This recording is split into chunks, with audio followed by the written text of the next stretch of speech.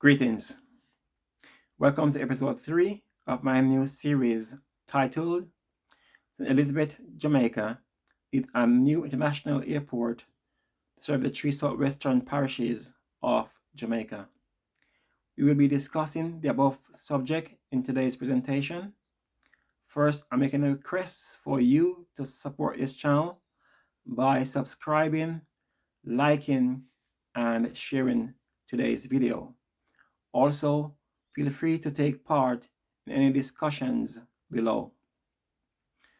Today's topic is the government need to start giving something back to the breadbasket parish of Jamaica. And today's 4 main points for discussions are: 1. Should the government be giving back something to the breadbasket parish of Jamaica, which has been providing the food for the tourists over the years? Number 2, why it will take a minimum of 4,000 all-inclusive hotel rooms to develop St. Elizabeth as a tourism destination. And 3, locally owned hotels and Airbnb will benefit from the large all-inclusive hotel chains coming to St. Elizabeth. And 4, the airport is needed in St. Elizabeth, or the large all-inclusive hotels will not come to the parish. The government need to give back something to the breadbasket parish of Jamaica. St. Elizabeth has been feeding the visitors for decades now. It's time they start reaping some of the tourist dollars across various sectors, such as Airbnb and guest houses, etc. However, the small hotels and Airbnb cannot bring in a number of visitors to put St. Elizabeth on the map as a tourist destination hotspot. It would take some large all-inclusive hotels to get visitors to start coming to St. Elizabeth in great numbers.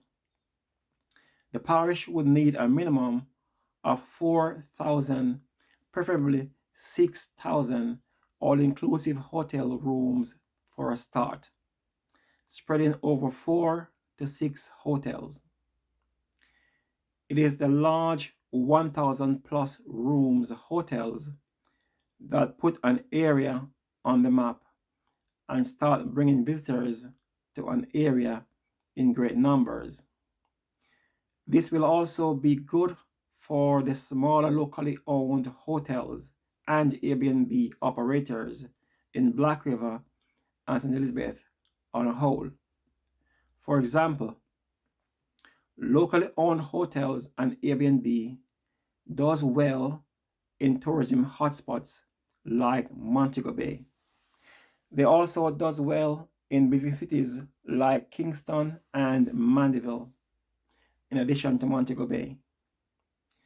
The evidence that local operators are not benefiting in the absence of the large all-inclusive hotels is the number of locally owned hotels that have been closed in Black River and the surrounding areas over the past 20 years. See my YouTube video on the hotels that are closed in Black River. What is preventing the European hoteliers from investing in St. Elizabeth is the distance from the Montego Bay Airport. Even with the Southern Coastal Highway that the government has announced, it would still take over an hour to reach Black River from the Montego Bay Airport. Then it would take another 20 to 30 minutes to get to some other popular locations in St. Elizabeth, such as Treasure Beach, Junction, and Alligator Pond, which is on the border with Manchester, etc. An international airport in the southwest of Jamaica will stimulate the local economy and add US $1 billion per annum to Jamaica's GDP, just in St. Elizabeth alone, based on the government's figures that 4 million visitors had added 4 billion US dollars to Jamaican GDP over the past few years on average, etc. Hence, 1 million visitors coming to St. Elizabeth would add US $1 billion to both St. Elizabeth and Jamaica's GDP every year after the airport is being built. We know all the money will not remain in Jamaica. But even if half of that money remains in Jamaica, then that is still great, both for St. Elizabeth and for Jamaica. Jamaicans need to bear in mind that the money that built the large all-inclusive hotels had come from outside Jamaica in the first place. An international airport in St. Elizabeth will serve the other two neighboring parishes of Westmoreland and Manchester as well. These three parishes are the only parishes in Jamaica that are more than 1 hour's drive from an international airport. These three southwest parishes of Jamaica can easily absorb 3 million tourists per annum because of its size and true laid-back Jamaican vibes, and the number of ecotourism attractions on offer in these parishes. Hence, an international airport in St. Elizabeth will have the potential to add up to US $3 billion per annum to Jamaica's GDP in just a few years' time, with 3 million visitors visiting the three southwestern parishes. Montego Bay Airport has been bringing 3 million visitors to the northwestern parishes for many years now. However, the Montego Bay Airport will be stretched in the next 2 to 3 years onwards. This is due to the unprecedented number of hotels currently being built in the northwestern parishes of Hanover, St. James, and Trelawney. Even with the Montego Bay Airport upgrades and the Montego Bay Ring Road and all that improvements, the city of Montego Bay will still be stretched both at the airport and on the roads, because thousands of extra hotel rooms will require thousands of extra hotel staffs. With the increased minimum wage, some of those hotel workers will be buying cars to travel to work, or they will be taking taxis to work, causing congestions on the roads. Hence, it is a good idea to have an airport in the southwest of Jamaica to take some of the loads off the Montego Bay Airport and roads. Most visitors would rather to go to a quieter airport where they can be processed within 1 hour than exit the airport 1 hour after landing, rather than going to a famous airport that is so busy that it will take 2 hours to be processed and collect their luggage before they can exit the airport. A lot of people, including myself, will avoid using Heathrow Airport in London at all costs and fly from a local airport instead, just to avoid the hassle at the busy London Heathrow Airport. Some people cannot avoid Heathrow Airport because of its interconnection between Europe, the USA, and other parts of the world, etc. While many are doing business in London itself, hence they need to use Heathrow Airport. Likewise, many people, including myself, would rather to use a local airport in Jamaica rather than traveling through Montego Bay Airport. I know that the government is investing quite a lot to improve the Montego Bay Airport. However, when I traveled through there last March 2022, it took over 2 hours for me to clear the airport.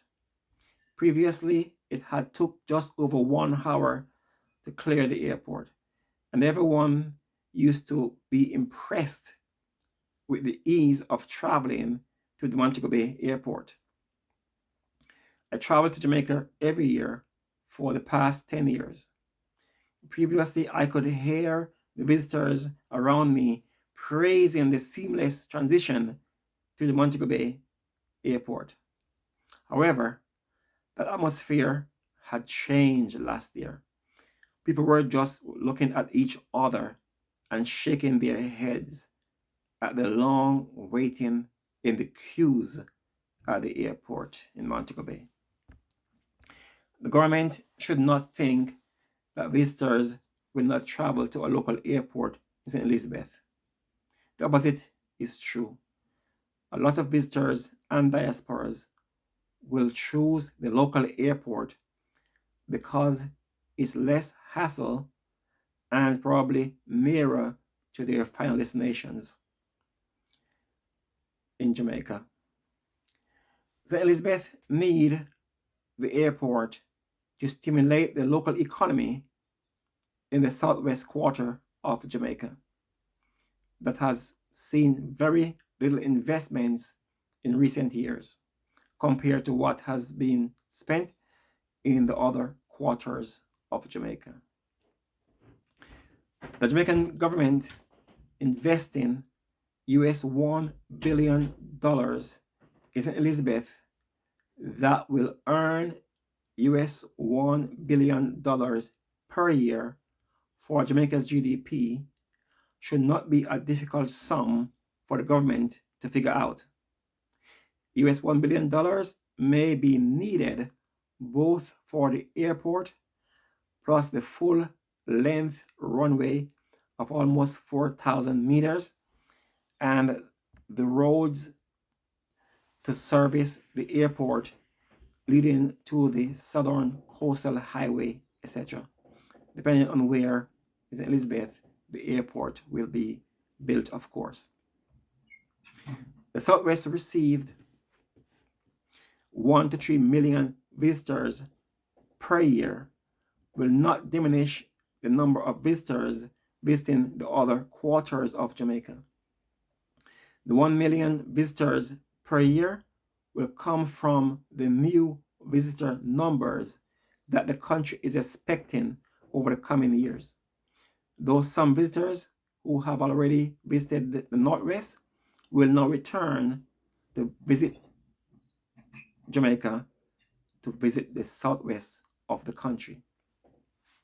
Modern day tourists travel to cities and towns, not countries, in the way they express where they are going. Even in the Caribbean, tourists are traveling to remote islands within a particular Caribbean country. Some countries are now putting airports on these tiny islands that is less populated than Black River, never mind St. Elizabeth. It is time to put St. Elizabeth on the tourism trail. The parish is more than twice as big as St. James and much bigger than Hanover and St. James put together. We are simply too big to be left behind. We need the airport now. Thanks for watching this video. To support this channel, please share and subscribe and leave your comments below. God bless you. God bless our Prime Minister, God bless the Jamaican Parliament, and God bless Jamaica. Until my next video, peace.